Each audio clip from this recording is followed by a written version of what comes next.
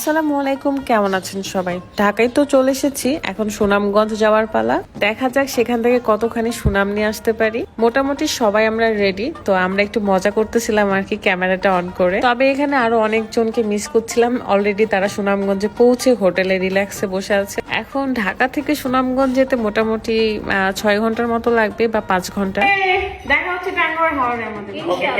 ইচ্ছে মতো মজা করলাম, তারপরে বের হয়ে যাচ্ছি সবাই। এদিকে রুকাইয়া মশা মারার র্যাকেটটা নিয়েছে, সে এটা কোনো মতেই ছাড়বে না। দেরি না করে সবাই যে যার লাগেজ নিয়ে বের হয়ে পড়ি। অ্যান্ড আজকে পুরো রাস্তাটা ভাইয়াই ড্রাইভ করবে। এর আগেও আমি ভাইয়ার গাড়িতে সাজেক থেকে ঢাকা এসেছি, অ্যান্ড আবারও ঢাকা থেকে সুনামগঞ্জ যাব। তো ভাইয়া অনেক বেশি লং ট্যুর পছন্দ করে, সে নিজেই ড্রাইভ করে। মাশাআল্লাহ, ভাইয়ার অনেক বেশি অভিজ্ঞতা এই ব্যাপারে। আর আমার মেয়েটা যেখানে বালি পায় সেখানে খেলতে নেমে পড়ে। যাই হোক, রুকাইয়াকে ভুলে ভালে হাত পা পরিষ্কার করে গাড়িতে উঠালাম। অ্যান্ড আমরা অনেক বেশি এক্সাইটেড, আর যারা সুনামগঞ্জ অলরেডি পৌঁছে গেছে তাদের সাথে মিট করানোও এক্সাইটেড। মোটামুটি 3 ঘন্টা পর একটা পেট্রোল পাম্পে দাঁড়ায়, সেখানে ভাইয়া তাদের কাজগুলো করতেছিল, তেল নিচ্ছিল। আর এদিকে রুকাইয়া মাটি পেয়ে আবারও সেই খেলাধুলা করতে লাগছে। টুক করে আমি একটা টিকটকও করে নিলাম। দেখেন, রুকাইয়া আর ফারাজকে খুঁজেই পাওয়া যাচ্ছে না, তারা মনে হচ্ছে কত খুশি এই মাটিগুলো পেয়ে।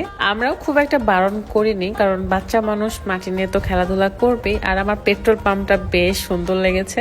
এর মধ্যে রাস্তার বিভিন্ন জায়গায় এরকম পানি জমেছিল, যেটা দেখে আমি তো অবাক হয়েছি এবং ভয়ও করছিল যে রাস্তার কোথায় কি আছে, বোঝাও যাচ্ছে না ঠিক মতো। আল্লাহর রহমতে ভাইয়া পুরো রাস্তাটাই সুন্দর করে ড্রাইভ করেছে।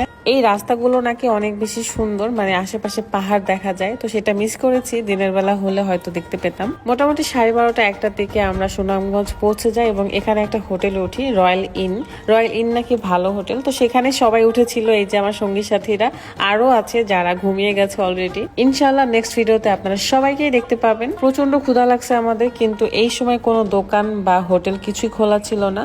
কিন্তু পরে শুনি তৃষার কাছে ভাত তরকারি ছিল, কারণ সে খাওয়া বাদ দিয়ে হোটেল থেকে নিয়ে এসেছে। যেহেতু সকাল অবধি আমরা থাকবো, তাই 2টা রুম আলাদা ভাবে নিয়ে নি। ছেলেরা নিচে শুবে, মানে রাত আর ফাইম ভাইয়া নিচে শুবে, আমি মুস্কান ফারাজ আর রুকাইয়া উপরে শুব। আর সবার আলাদা আলাদা রুম, জাস্ট সকাল অবধি থাকবো আমরা। আমার টায়ার্ডনেসটা কাটানোর জন্য 1 কাপ চায়ের খুব দরকার ছিল, সেটা আমি পেয়ে যাই। সবাই মিলে একসাথে থাকলে যা হয়, আমরা সবসময় হাসি ঠাট্টা মজা গল্প করতেই থাকি। আপনাদের পছন্দের তৃষা আপু কখনোই আমাদের মুখ হাপ করে থাকতে দেয় না, মানে সবসময় আমাদেরকে হাসাবে। যাই হোক, যেহেতু ক্ষুধার্ত ছিলাম, তাই তৃষার ঘর থেকে খাবার নিয়ে এসে সবাই মিলে একসাথে খাওয়া দাওয়া করি। আপনাদের সাথে নেক্সট ডে টাঙ্গুয়ার হাওরে দেখা হয়ে যাবে। এন্ড সবাই মিলে অনেক বেশি বেশি দোয়া করবেন, যাতে করে সব বিপদ আপদ থেকে আমরা মুক্ত থাকতে পারি এবং সবসময়ের জন্য সেফ থাকতে পারি, আর ঠিক মতো আবার বাসায় ব্যাক করতে পারি। আরো একজন কাপল আছে যাদেরকে আপনারা নেক্সট ভিডিওতে দেখতে পাবেন। আজকে ভিডিওতে আর তাদের দেখালাম না, কারণ তারা ঘুমিয়ে গেছে। মোটামুটি এখন 3টা বাজে, তাই তাড়াতাড়ি করে খাওয়া দাওয়া শেষ করে ঘুমাতে যাব, কারণ সকাল সকাল উঠতে হবে, অনেক কাজ আছে।